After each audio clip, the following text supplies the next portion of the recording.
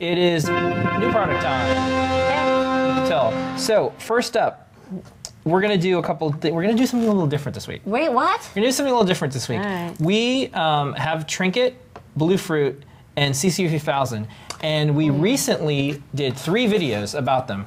And these are all recent new products. And they have some scenes from in the Adafruit factory. It has you talking about them. So we wanted to show the first one, and the second one, and the third one. They're very short, they're very fast, they're very beautiful. But very lovable. Yeah, so the first one is for Trinket, and here it is.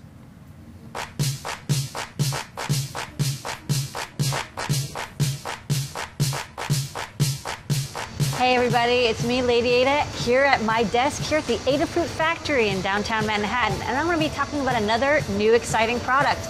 Today it's Trinket. Trinket is a little mini microcontroller project.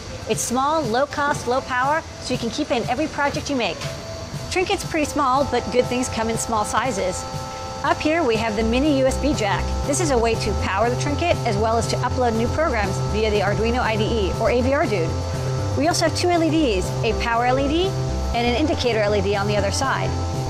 In the center is a voltage regulator. On the 3-volt Trinket, it's a 3.3 volt. On the 5-volt Trinket, it's a 5-volt regulator. And then over here is the heart of the Trinket, an AT-Tiny 85 microcontroller. This microcontroller has 8K of flash, half a K of RAM, and can run at 16 or 8 megahertz. It's pretty small, but it's also pretty powerful. At the very bottom, we have the reset button. You can press it when it's time to upload new programs. Programming the Trinket is really easy. Just connect any mini USB cable. You'll see the red LED pulsing. That means it's time to program. Trinket is breadboard friendly. You can plug it into any solderless breadboard. Trinket's really small, so you can put in any sort of little project, like these NeoPixel goggles. Trinket's a great little robotics controller as well. Here you can see it controlling 2 servos with an analog input.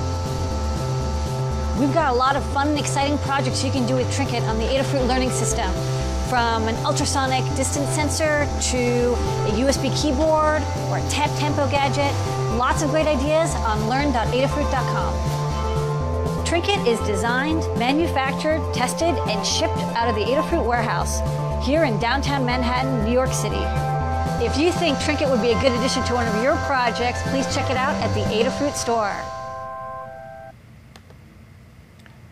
Okay, so that's the first video, and as you're noticing, we're trying to film more of our factory here, more of how we do things, and we're so excited and we're so proud of everyone who works at the company, and they really want to show what they do too, so that's, you'll see that in more of the videos. The next one is Bluefruit, our first FCC and CE certified product. This is really cool. Yes, and Bluefruit, we have the certificate. Yeah, and Bluefruit is Bluefruit made for makers. So Bluetooth made for makers. Yeah, sorry. Yeah, it's confusing. Yeah, so it's Bluetooth made for makers. So we also have a box of Bluetooth that didn't work, too expensive, no code. My Bluetooth box is really big. Yeah. It's twice as big as the Wi-Fi box. So here is Bluefruit.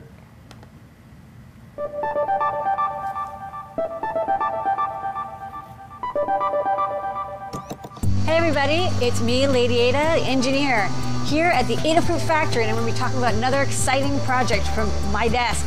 This is the Bluefruit. It's the easiest way to add Bluetooth keyboard to any of your projects. It's so easy, you don't even need a microcontroller. The Bluefruit EasyKey HID is the first Bluetooth accessory by Adafruit. We designed this specifically for makers who want to make an HID keyboard and make it wireless as well. It's really easy to use. There's 12 buttons on the bottom here. When each pin is connected to ground, a key is pressed. That's it. You just pair it to any device you want. It works with Windows, Mac, Linux, Android, iOS. Anything that can use a Bluetooth keyboard can use the EasyKey HID. Bluefruit's really easy to use on a solderless breadboard. That's how I have it hooked up here with a bunch of buttons, one connected to each pin. When I press the button, the keyboard is sending a key. It's also battery powered. Once you finish prototyping, you can make a really fun project like this wireless MIDI or arcade controller. It even works great with iOS or Android tablets and phones. Usually it's really hard to get Bluetooth projects going because there's not a lot of good tutorials or examples. That's why we built an excellent tutorial on the Adafruit learning system for using Bluefruit. It has wiring diagrams, code examples, everything you need to get started super fast. So search for Bluefruit at learn.adafruit.com. Each Adafruit Bluetooth Bluefruit module is designed, manufactured, tested, and shipped out of the Adafruit factory here in downtown Manhattan, New York City. So if you want to play wireless Nintendo, check out Bluefruit. It's awesome and it's available in the Adafruit store. Okay, and for the folks who asked about Bluefruit, can it be used as a mouse? The answer is yes. Working on it. the version coming out next week has an update, which is unfortunately not backwards. Yeah. Updatable. We'll have. But which should have mouse support. Yeah, we'll have an update on this product soon. We didn't think that people wanted it. Turns out you guys wanted it. And so the last one that we're going to show is our Internet of Things line, and this is the Adafruit CC3000, which we talked about today. Everyone loves. Yeah. Nimbus is our little mascot. He's the Internet of Things, or it's the Internet of Things cloud entity. Clouds don't have gender. Yeah. And here is the CC3000.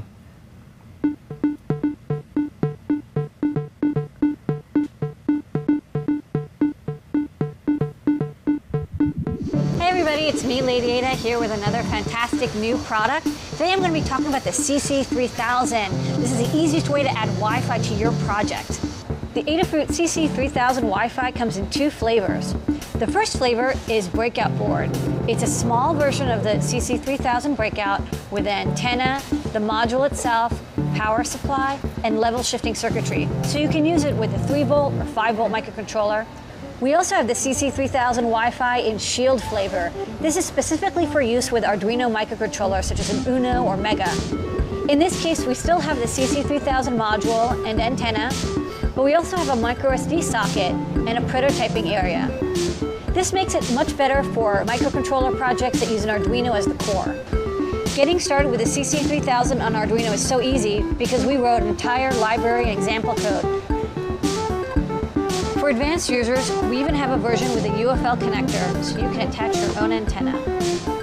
The CC3000 module from TI is a great wireless solution for your microcontrollers.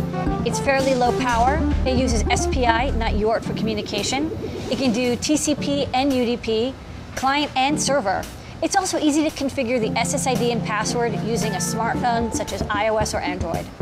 Making your own Internet of Things project has always been really hard, but with the CC3000 from Adafruit, it's really easy. We've got a lot of great tutorials at the Adafruit Learning System, like how to send tweets from your Arduino or making your own home weather station. Check it out by searching for CC3000 on learn.adafruit.com. Each CC3000 Breakout and Wi-Fi shield is designed, manufactured, tested, and shipped out of the Adafruit warehouse here in downtown Manhattan, New York City. So if you want to add Wi-Fi internet to your project either with the Shield or the Breakout, check them out at the Adafruit store. Okay. Okay. And those are our videos, and we'll have more soon, and we're going to be showing more and more of it. I like them because it's kind of like it's a little bit more detailed than what I can get to in the new products, because I'm just like, oh, showing.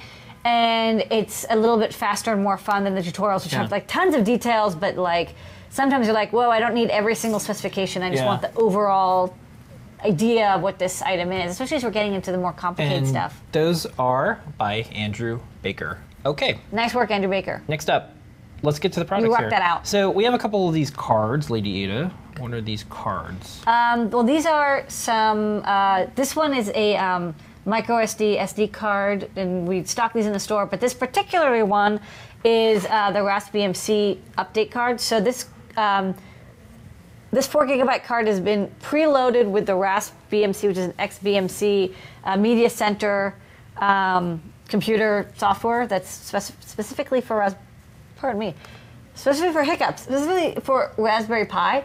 And if you want to make a media center with a Raspberry Pi, get one of these. This. You can make your own, and you should. But some people want like a card that they know is ready to go. They don't have to like image a file or drag whatever. They don't want to use the burner.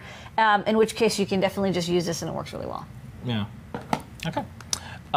Speaking of, and our code, by the way, this is Ket. This was a product that we really like. We've known about this for years. We've always thought, we're like, one day we're gonna stock this. So can you hand me the?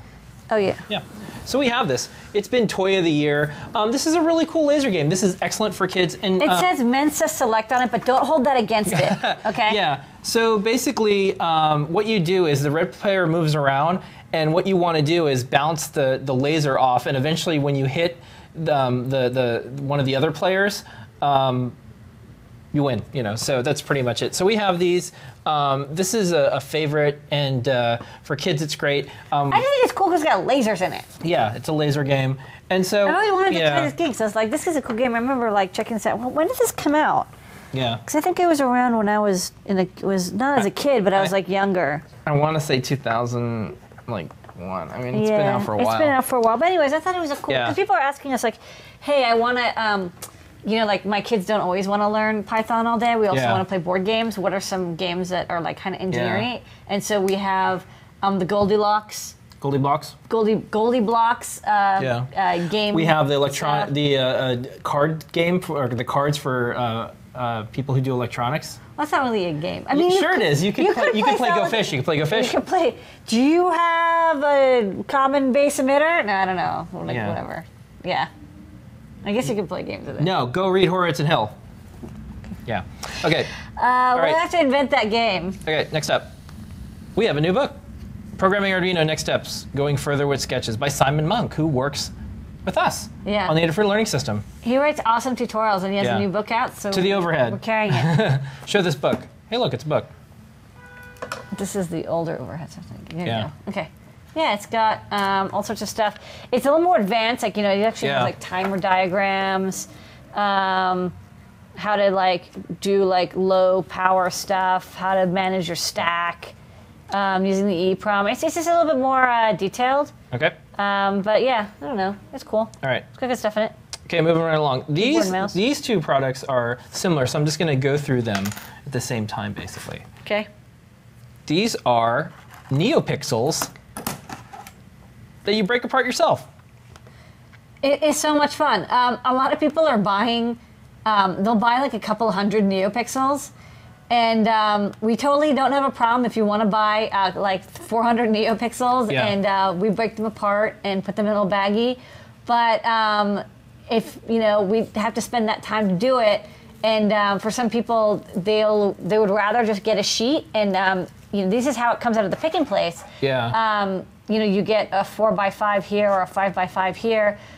They're all perfectly working and tested. We just don't break them apart for you. And so you can save like 25% basically, because it's like, hey, like if we can toss this in a bag, it's like much easier for us. So this was actually by working with our customers. Yeah. They said, could I get a discount if you just give it to me as sheets? And we're like, that's a great idea. Let's just do that. Yeah, so we have them in the store. So instead of like $2 per pixel, it's like $1.75. Yeah, so it's a deal. And the discounts get even better. So check it out. You get 25 if you are getting the breadboard friendly one, and you get 20 of the Flora NeoPixel ones. And they work great. And you just snap them out.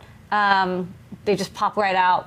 There's kind of no way to not be able to do it. Like you don't have to do anything special like cutting or shearing. Okay. And the PCBs are extra thin too.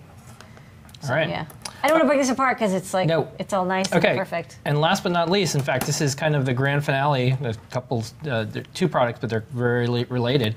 This is the IR key. This is a really, really cool product. You've been working on this for a while. This is really I've neat. been on a bit of like a love affair with the AT-Tiny 85, which we've been using in the Trinket and the Gemma.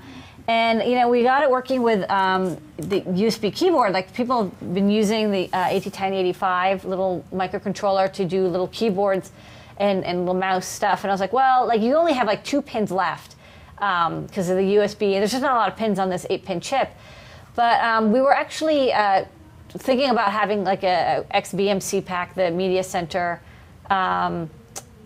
controller for like Raspberry Pi, and I was like, well, you need to have like some way to get a remote, and you can with like the GPIO, you can connect it, a TSOP remote, and that actually does work really well. But I was thinking maybe for more general purposes too, this is a really easy way to, if you want to send data to a computer wirelessly, a remote works really well, and you can reprogram this however you wish. By default, it uses our remote, which I'll show in the overhead, which has 21 buttons, and it does like up arrow, down arrow, return, the numbers 0 through 9, space, escape, backspace, minus, plus, some basic ASCII keys.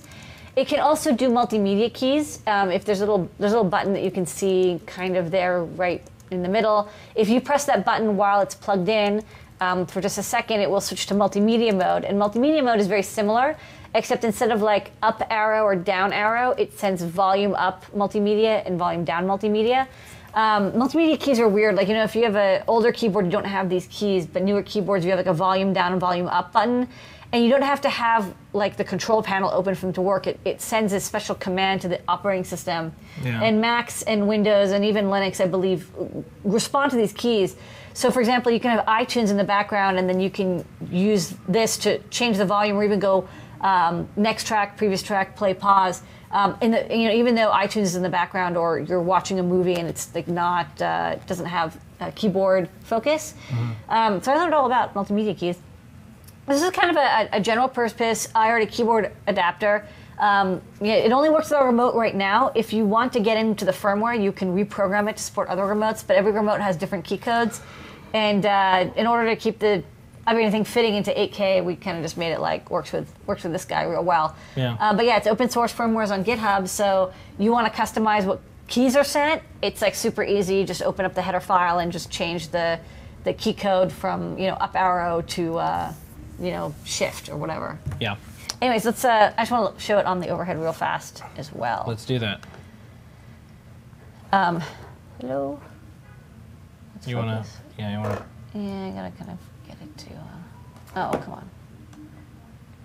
We're blurry. Oh. Why are we so blurry? Stop being so blurry. Okay, there you go. There you go. You know what? Sometimes the hand works and sometimes doesn't. So yeah, I have it plugged in now, and even though it's plugged into this power pack, I can demo it. So yeah, there's up arrow, down, left, right, backspace, volume minus sends a minus key, play pause sends a space key, plus volume plus sends an equal sign key, and setup is like return or space. I don't remember exactly, and stop is X. You can look at the product page for exactly what key codes are sent, but it just blinks whenever you send a key code, and it works from like 30 feet away, just it's like a normal IR remote. And the key codes that I picked are perfect for using with, like I said, Media Center, XMVC, or RASP MVC, or BMC. I always get them backwards. Yeah. XBMC, RASP BMC. So I designed for that, but you can use it for any kind of automation project you want. Yeah. Okay. And then the last product, which goes along with this, is the pack. Yeah, I don't have this on the overhead. I'll just talk about the pack. The pack comes with, once we had the IR key, I was like, cool, we can have like a ready-to-go, all-in-one RASP BMC pack that you basically just plug and play. You don't have to do like any installation or anything. A lot of people were asking, like, I want to make a media center, and this is my first project, and I just kind of want everything ready to go. So you get a Raspberry Pi Model B, which is what you need because it has an Ethernet port, Ethernet cable. You shouldn't do BMC over Wi-Fi. Wi-Fi is not great for streaming video. You really want to use Ethernet, so you get Ethernet cable. HDMI cable, which is great. Just plug it. We have this set up at home. We just plugged into our TV, and it just works really great. Yep. And you can do all sorts of customization, through the remote control as well. Like if you want to set your time zone and like what apps you want running, you can do almost everything with the remote, which is kind of cool. They designed it specifically for. Like you only need like arrow key, return, and escape to pretty much do everything. You get the IR key and the remote control, which works really great. The pre-flashed card, which we talked about, a micro USB cable, and a power adapter so that it's powered. XBMC does take a lot of power. You want to make sure you have a good power supply. Yeah. Between the Ethernet and the HDMI video and like streaming video, which is streaming video off YouTube, it does take a bit of power. And your nice little happy case, which you can put it all into. Okay. So it is ready to go, and it's it's a discount. Instead of buying each part individually, you get like 5 or 10% off by getting it as a pack. And those are the new products.